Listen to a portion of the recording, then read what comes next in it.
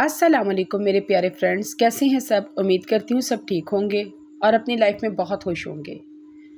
उम्मीद करती हूँ कि आपके बाकी फ्रेंड्स भी ठीक होंगे। तो आज हम रीड करेंगे रम्ज़ इश्क, बहुत ही खूबसूरत नावल। टाइम को ज़ाया किए बिना रीड करना स्टार्ट करते हैं उससे पहले अगर आपको मेरा ये नावल पसंद आ रहा है तो काइंडली कमेंट बॉक्स में अपनी राय का इजहार ज़रूर कीजिएगा। चलते हैं नावल की तरफ। अब्रिश, तुमने मेरे बारे में बहुत से अंदाज़े लगाए मगर एक अंदाज़ा नहीं लगा पाई। जो चीज़ एक बार खानज़ादा की हो जाती है वह सिर्फ ज़ारान खानज़ादा की ही रहती है। दुनिया की कोई ताकत इसे मुझसे छीन नहीं सकती। तुम मेरी मोहब्बत और तुमसे दस्तबरदारी में अब मर कर भी ना करूं। तुम्हारा इनकार कोई मायने नहीं रखता। तुम्हें मेरा ही बनना है। अब चाहे तुम खुशी खुशी कबूल कर लो या फिर रोकर। रोहोगी तो तुम सिर्फ खानज़ादा की। ज़ारान अब्रिश से दूर होते सुर्ख चेहरे के साथ अपनी शॉल गलत में झटक गया। इसकी बार बार ठुकराना इसके दिल के टुकड़े कर रहा था। ठीक है, फिर देखती हूँ आप मुझसे निकाह कैसे करते हैं, मुझे हवेली लेके कैसे जाते हैं। अब्रिश सुर्ख चेहरे के साथ बोलती वहाँ से जाने लगी तो ज़ारान खानज़ादा की आवाज़ पर रुकी। हवेली तो तुम जाओगी, कल ही मेरे नाम की हो जाओगी, देखती जाओ। अब तुम। ज़ारान की बात सुनते इसने पलट कर ज़ारान को देखा। जो धमकी आप मुझे दे रहे हैं मैं अभी जाकर मामा को बताती हूँ। आपके क्या इरादे हैं। अब्रिश की धमकी पर ज़ारान के लबों पर दिलकश मुस्कुराहट बिखरी। माई डियर फ्यूचर वाइफ, पुप्पो तो आप तक इस्लामाबाद जा चुकी होंगी। ज़ारान ने गहरा मुस्कुराते हुए अब्रिश को बेयकीनी हुई। क्या कह रहे हैं, मामा मुझे छोड़कर चली गई। अब्रिश रोहान सी हुई। दूसरे ही लम्हे से अपनी रीढ़ की हड्डी में सुनसुराहट महसूस हुई। वह मिस्टर खानज़ादा के साथ इस घर में अकेली है। इसके खौफ से रोंगटे खड़े होके अब्रिश ज़ारान को एक नज़र देखते जल्दी से दरवाजे की जाने बढ़ी। वह जल्द अज जल्द यहाँ से निकल जाना चाहती थी। इसके लिए ये कमरा इस इंसान के साथ अकबूत खाना था जिसमें इसकी सांसें रुक रही थी। कहाँ जा रही हो। ज़ारान ने इसे कमरे से बाहर निकलते लब भींचे पूछा। ज़ारान के लहू के मारे इश्ताल के उबाल उठ रहे थे। इस लड़की का तो मिजाज ही नहीं मिल रहा था। वो इसके आगे झुक गया। पता नहीं वो क्या चाहती थी। अब्रिश इसके सवाल इग्नोर करते कमरे से बाहर निकल गई। ज़ारान अब्रिश के अच्छी चूट पर अपने जबड़े भींच कर रह गया। अब्रिश दाखिली दरवाज़ा अबूर करने ही लगी थी कि जब इसकी कलाई को मजबूत गिरफ्त ने झगड़ा। कहाँ जा रही हो। ज़ारान खानज़ादे ने इस बार काफ़ी सुकून और तहम्मुल से पूछा। गुस्सा तो शदीद था मगर अब्रिश का हसीन चेहरा देखकर गुस्सा लम्हों में उतर जाता। वो समझ गया था एक दफ़ा ये लड़की इसकी ज़िंदगी में इसकी बनकर आगे तो शायद गुस्सा करना तो दूर की बात, इसकी कुर्बत में सारी दुनिया भूल सकता है। इतनी बुरी तरह से वो इसके दिल पर तर्जुमान हो गई थी। इस बात का अब्रिश को भी अंदाज़ा नहीं था। ये मगरूर शहजादा कभी किसी के आगे पीछे से नहीं फिरता, ना ही किसी के इतने नखरे बर्दाश्त करता है। समझती तो इसकी मोहब्बत को कभी उम्र कैद ना कहती, तो वो बेचारा खुद इसकी मोहब्बत इसके हिसार में बुरी तरह कैद हो चुका था। मैं आपको बताने की पाबंद नहीं हूँ मगर फिर भी आपको बता देती हूँ ताकि आपको अपनी हैसियत अच्छी तरह मेरी ज़िंदगी में वाज़ेह हो जाए। मैं आपके साथ इस घर में मज़ीद तनहा नहीं ठहर सकती क्योंकि मुझे आप पर ज़रा भी भरोसा नहीं। इसलिए मैं अपने ताया के घर जा रही हूँ। जब तक मामा वापस नहीं आ जाती मैं वहीं पर रुकूंगी। अब्रिश ने अपनी कलाई छुड़ाते हुए कहा। तुम्हें मुझ पर भरोसा नहीं, इस ज़ईम पर भरोसा। तुम मेरे साथ इस घर में तन्हा नहीं रुक सकती मगर अपने ताया के घर रुकोगी। किस हैसियत से रुकोगी। ज़ईम तुम्हारे लिए गैर महरम है, इसके वहाँ होते वहाँ कैसे रुक सकती हो। ज़ारान आँच देते सुलगते लहजे में बोला। ये तो तय था। इस मुकाबल के चेहरा देखकर गुस्सा जितनी जल्दी उतरता था इतनी ही जल्दी मुकाबल की बातों पर पहले से ज़्यादा गुस्सा आ जाता था। हाँ, मुझे ज़ईम पर मुकम्मल भरोसा है। जहाँ तक गैर महरम की बात है मेरे लिए आप ही गैर महरम है। ये बात मामा को मुझे आपके साथ यहाँ तन्हा छोड़कर जाने से पहले सोचनी चाहिए थी मगर उन्होंने आप लोगों के अलावा कुछ नज़र ही नहीं आता। अब्रिश की बात वो फिर से लब भींच गया। अब्रिश अनकरीब तुम मेरी महरम का दर्जा पालोगी, इसलिए बात करते हुए लफ्ज़ों का इंतखाब सोच समझ कर करना। एक लफ्ज़ और ज़हीम की वकालत के लिए लबों से मत निकालना। मुझे तुम्हारे लबों से किसी की हमायत में एक लफ्ज़ नहीं सुनना। ज़ारान अंगिश्त शहादत की उंगली उठाए से वार्न किया। अब्रिश ज़ारान के संजीदा चेहरे को एक नज़र देखते दरवाजे की तरफ बढ़ी। ज़ारान का मारे इश्तियाल के रंग सुर्ख पड़ गया। अब्रिश की कलाई पकड़कर इसे दरवाजे के साथ लगा लिया। जानती हो तुम ज़ईम के बारे में, हाँ तो तुमसे मुझसे ज़्यादा बढ़कर भरोसे के काबिल है। ज़ारान इस पर झुके सर्द अंदाज में धारा। अब्रिश इसकी धार पर फटी फटी आंखों से देख रही थी जिसकी आंखों से चंगारियाँ सी फूट रही थी। वो एक खुदगर्ज इंसान है जो बिजनेस दुनिया की कामयाबी के लिए हर हद तक जा सकता है, किसी के भी तलवे चाट सकता है। ज़रूरत पड़ने पर वो अपने रिश्तों को भी इस्तेमाल कर सकता है। ज़ारान की बात पर अब्रिश ने नासमझी से देखा। ऐसे मत कहो अब्रिश, इस दिन तुम्हें अपने साथ लाने का मकसद सिर्फ तुम्हारी खूबसूरती को कैश करवा कर ये प्रोजेक्ट हासिल करना चाहता था।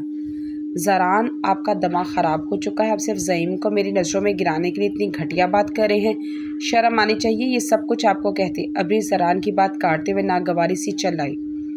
अब्रिश, अगर तुम्हें मुझ पर यकीन नहीं तो तुम ज़ईम से पूछ सकती हो। पिछले साल वो एक और लड़की को अपनी मंगेतर के नाम से इंट्रोड्यूस करवा कर पार्टी में लाता रहा था। इसने इसके दाम पर कितने ही प्रोजेक्ट हासिल किए हैं और तुम्हारे पापा की कितनी जायदाद है जो इसने तुम लोगों से छुपाई। तुम लोगों को सिर्फ एक घर दिया और ऑफिस में भी तुम्हारे पापा के शेयर्स चंद ही सेंट जाहिर किए। ज़रान ने चुपते लहजे में ज़ईम की हकीकत जाहिर की। ज़रान, मुझे पता है इसकी एंगेजमेंट टूट गई थी, मुझे ज़ईम ने ये बात बताई थी। रही बात जायदाद की, इन लोगों ने जितनी भी जायदाद हमें दी है वो इनका एहसान है। अगर वो ये ना भी देते तो हम क्या कर लेते। मुझे आपकी बातों से कोई फ़र्क नहीं पड़ता, इसलिए आप रास्ता छोड़े, मुझे जाना है। अब्रिश ने सख्ती से कहा तो ज़रान कुछ पल लहू झलकाती आंखों से इसे देखता रहा। ज़रान ने गुस्से अपनी आईब्रो अंगूठे से मसलते हुए अपने अंदर उठते गुस्से को इस तरह पर पाया। इसने शानदार इतनी ढटाई किसी औरत को नहीं देखी होगी। बर्दाश्त करना तो दूर की बात, वो निकाह के बाद अब्रिश के तमाम किसी बिल निकाल लेने का इरादा रखता था, जो इसकी किसी भी बात को सुनने समझने को तैयार ही नहीं थी। तुम जाओगी मगर सिर्फ मेरे साथ हवेली, ये तुम्हारी भूल है। मैं तुम्हारे ताया के घर जाने दूंगा। ज़रान सर्द लहजे में बोलते से दूर हुआ। अच्छा, कैसे जाऊंगी मैं आपके साथ, कैसे रोकेंगे आप मुझे? अब्रिश ने तंजिया निगाहों से कहा।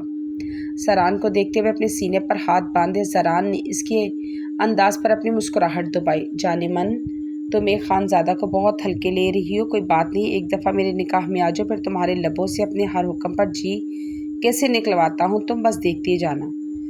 फिर ऐसे चैलेंजिंग अंदाज में ऐसे लेक्स देते हुए 100 बार सोचोगी। मेरी हर नाफरमानी पर बड़ी गमगीर और बेबाक सज़ा तुम्हें मिलेगी। ज़रान अब्रिश के कान के करीब झुकते मुस्कुराते हुए गमगीर लहजे में बोला। कैसी सज़ाएं? अब्रिश ने नासमझी से ज़रान को देखा जिसके लबों पर मुस्कुराहट थी। इससे पहले वो कुछ समझती, वो इसे बाजू से जकड़े बाहर की तरफ बढ़ा। ज़रान, ये क्या करें, छोड़े मुझे। अब्रिश गुस्से से सुख चेहरे के साथ चलाई। ज़रान सुनी अनसुनी करता आगे बढ़ रहा था।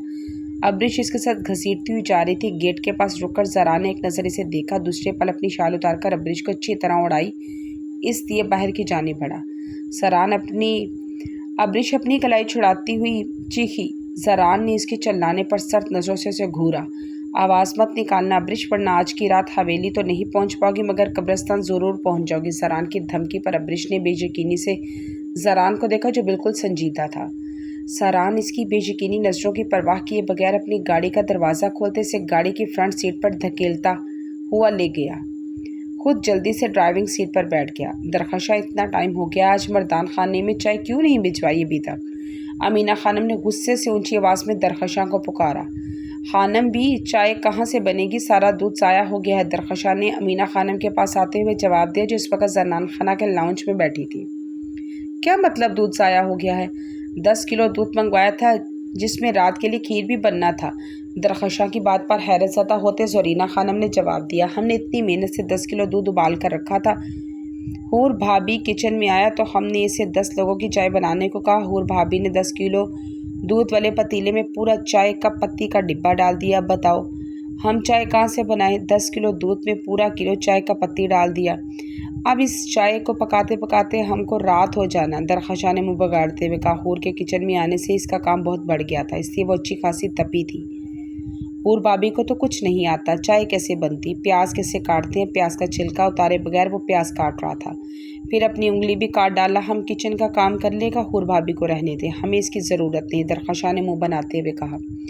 अच्छा ठीक है, तुम किचन में, हम दूध का इंतज़ाम करवाता है। अमीना खानम ने दरखशा को संजीदगी से जवाब दिया।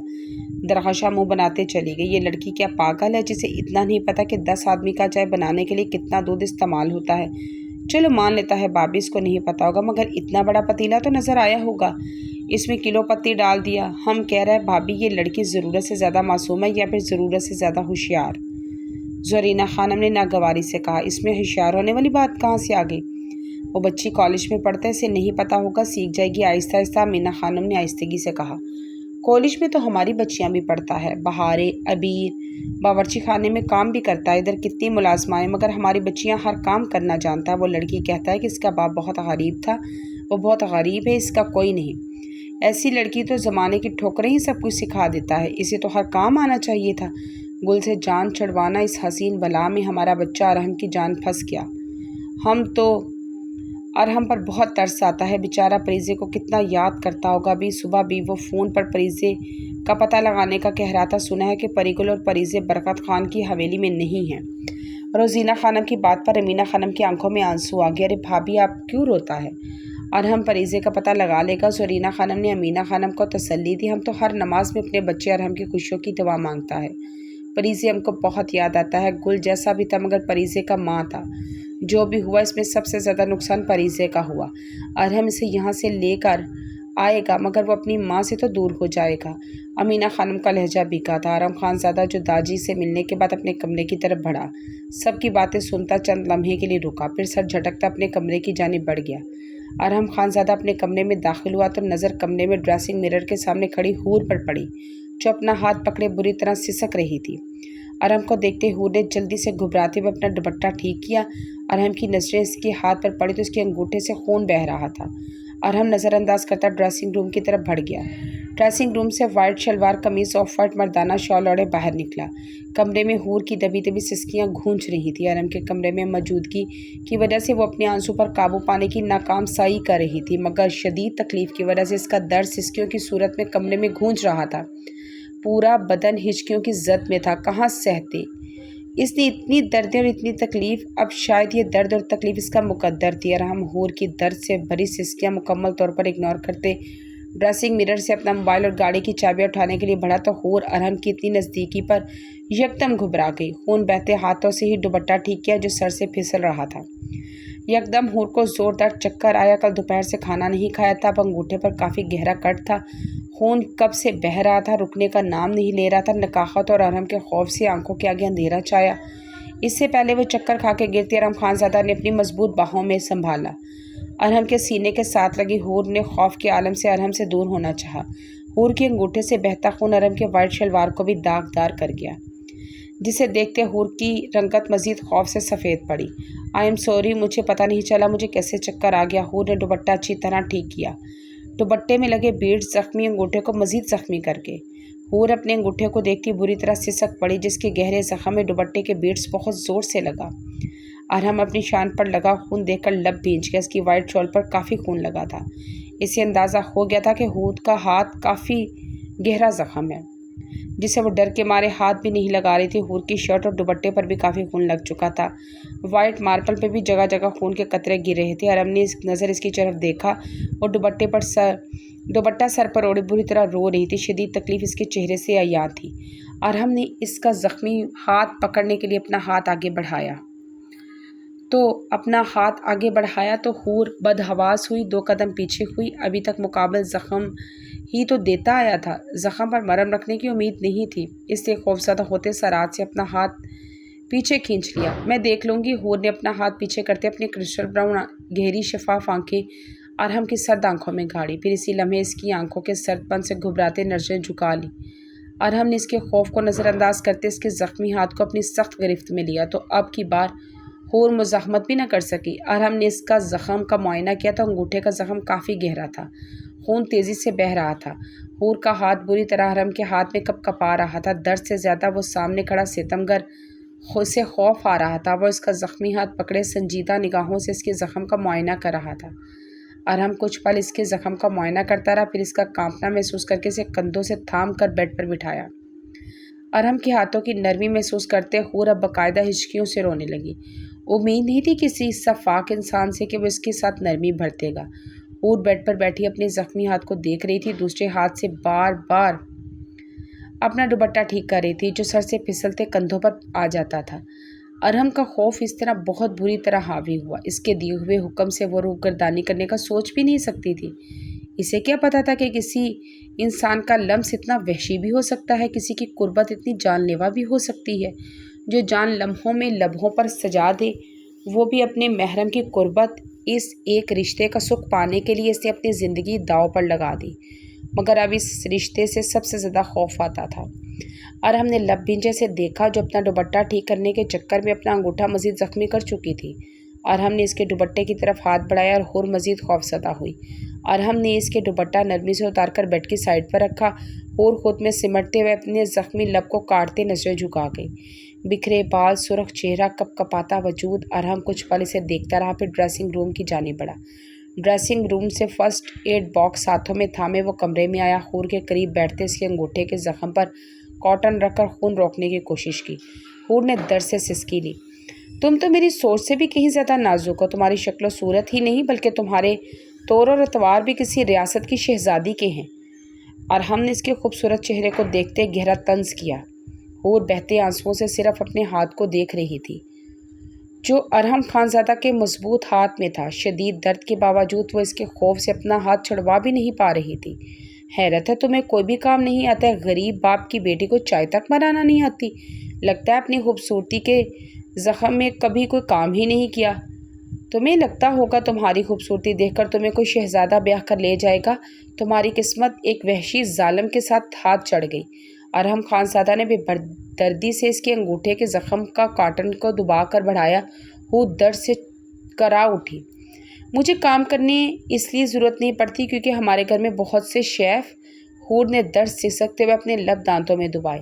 ہور نے آدھی ادھوری بات پر ارحم کی سنجیدہ سرد نظریں اس کی طرف اٹھی تو ہور کا رنگ زرد پڑ گیا۔ میرا مطلب ہے پاپا کسی ریسٹورینٹ میں شیف تھے، وہاں سے کھانا لے آتے تھے، مجھے کبھی کھانا بنانے کی ضرورت ہی نہیں پڑی۔ ہور نے ارحم کی سرد آنکھوں میں دیکھتے ہوئے ٹوٹے پھوٹے لفظوں سے کہا۔ ہور کی بات پر ارحم کا رنگ غصے سے سرخ پڑ گیا۔ اس کا زرد چہرہ، اس کے کپ کپاتے لفظ، سب سے بڑھ کر اس کی آنکھیں صاف کہہ رہی تھی وہ جھوٹ بول رہی ہے۔ شدید غصہ اشتعال سامنے بیٹھے نازک وجود پر آیا۔ جی کیا تھا کہ اس لڑکی کا منہ تھپڑوں سے لال کر دوں جو آنکھوں میں آنکھیں ڈال کر بڑے دھڑلے سے جھوٹ بولتی ہے، مگر مقابل کی نازک ہوتی حالت کے پیش نظر وہ خون کے گھونٹ پی گیا۔ جانتا تھا کہ وہ اب اس کی مزید سختی برداشت نہیں کر پائے گی۔ اس کا کپ کپاتا وجود لمحوں میں اس کی باہوں میں ساخت ہو جائے گا۔ اچھا تو تمہیں جھوٹا کھانے کی بچپن سے ہی عادت ہے، اس لیے ایک شادی شدہ بچے کا باپ تمہیں انتخاب کیا۔ ارحم نے اس کے چہرے کو دیکھتے ہوئے لہجے میں طنز کیا۔ ارحم کا طنز کا مطلب سمجھتے ہور نے خفہ سے سرخ پڑتے اپنا ہاتھ ارحم کے ہاتھ سے کھینچا۔ اس کا تانا انگوٹھے پر لگے زخم سے زیادہ تکلیف پہنچا گیا۔ ارحم نے اپنی گرفت مضبوط کرتے ہوئے اس کا زخمی انگوٹھے کو اپنے شکنجے میں لیا تو ہور کے لبوں سے چیخ برآمد ہوئی۔ ارحم کے لبوں پر گہری مسکراہٹ چھائی۔ اب تم نے شور کیا تو تمہارا زخمی انگوٹھا تمہارے ہاتھ سے جدا کر دوں گا۔ چھوٹے بچوں کی طرح ریئیکٹ مت کرو، تمہاری ہر تکلیف میرے لیے کوئی معنی نہیں رکھتی، بلکہ تم جتنی تکلیف میں ہوتی ہو مجھے اتنا ہی سکون ملتا ہے۔ تمہاری جگہ اگر گل ہوتی تو اس کی تکلیف سیدھا دل پر لگتی۔ ارحم نے سرد آواز میں کہتے فرسٹ ایڈ باکس میں اسپرٹ نکالتے ہور کے زخمی انگوٹھے پر کاٹن کی مدد سے لگائی تو ہور نے اپنی چیخیں گلے میں ہی گھونٹ لی، مگر درد کے سامنے بیٹھے ستم گر کا وہ کندھا تھام لیا۔ زخم کافی گہرا تھا، تمہیں ایک ڈاکٹر کی ضرورت تھی، اس لیے تمہیں حویلی سے باہر نکلنا پڑتا جو مجھے گوارا نہیں تھا۔ ایک خانزادہ ہوں، اپنی حسین بیوی پر کیسے کسی کی نظر پڑنے دے سکتا ہوں؟ مجھے تو یہ بھی گوارا نہیں کہ یہ حسین آنکھیں اب میرے علاوہ کسی غیر مرد کو دیکھیں۔ ارحم نے طنز یا مسکراتے ہوئے ہور کی آنکھوں سے بہتے شبنم کے قطرے بے بسی کا خط اٹھایا۔ ہور کا بری طرح سسکنا اس کے تڑپتے دل کو سکون دے گیا۔ اب تم مرتے دم تک اس حویلی میں رہو گی، کبھی باہر کھلی ہوا میں سانس نہیں لے سکو گی۔ اگر تم نے کبھی اس حویلی سے باہر کھلے آسمان کے نیچے قدم رکھا تو تمہارا بد سے بدتر حال کر دوں گا، تمہیں اپنے زندہ رہنے پر بھی افسوس ہوگا۔ ارحم نے اس کے زخمی انگوٹھے پر مزید سپرٹ لگائی۔ ہور نے اب کی بار درد کی سسکی بھی نہیں لی۔ وہ اپنے سامنے بیٹھے ظالم بے حس انسان کو دیکھ رہی تھی جس کے سینے میں دل کی جگہ شاہد پتھر تھا۔ ہور کی آنکھوں میں ٹھہرے خوف اور پانی کو دیکھتے ارحم اس کے قریب آیا۔ ہور پیچھے کو ہوتی بیٹھ کے کراؤن کے ساتھ جا لگی۔ ارحم کی سرد سانسوں کو اپنے چہرے پر محسوس کرتے اپنی آنکھوں کو میچ گئی۔ سرخ متواتر چہرہ، بکھرے بال، سانسوں کا چلتا مدھم زیر و بم، دلکش نشیب و فراز، گہرے سمندر میں اٹھتی طغیانی۔ ارحم کچھ پل کے لیے اس کے حسین سراپار میں الجھ گیا۔ تمہیں پتہ ہے تمہارا سب سے بڑا دشمن کون ہے؟ ارحم اس کی گردن پر جھکتے اس کی بیوٹی بون کو اپنے لبوں سے کاٹ گیا۔ ہور کا پورا بدن لرز پا طاری ہو گیا۔ مقابل اپنے لمس سے اس کے وجود کو ہر طرح سے تکلیف دینے کا ہنر جانتا تھا۔ اس کی اتنی سی قربت سے وہ مرنے کے قریب ہو گئی، سانسیں سینے میں ہی اٹک گئی۔ تمہارے دشمن تمہاری بے پناہ خوبصورتی ہے، تم سے بے پناہ نفرت کے باوجود تمہاری خوبصورتی مجھے تمہاری طرف کھینچتی ہے۔ اب سزا کے طور پر میری قربت تمہارے مقدر ٹھہرے گی، جس میں تم قطرہ قطرہ جھلسو گی، تڑپو گی، مگر مجھ سے نجات نہیں ملے گی۔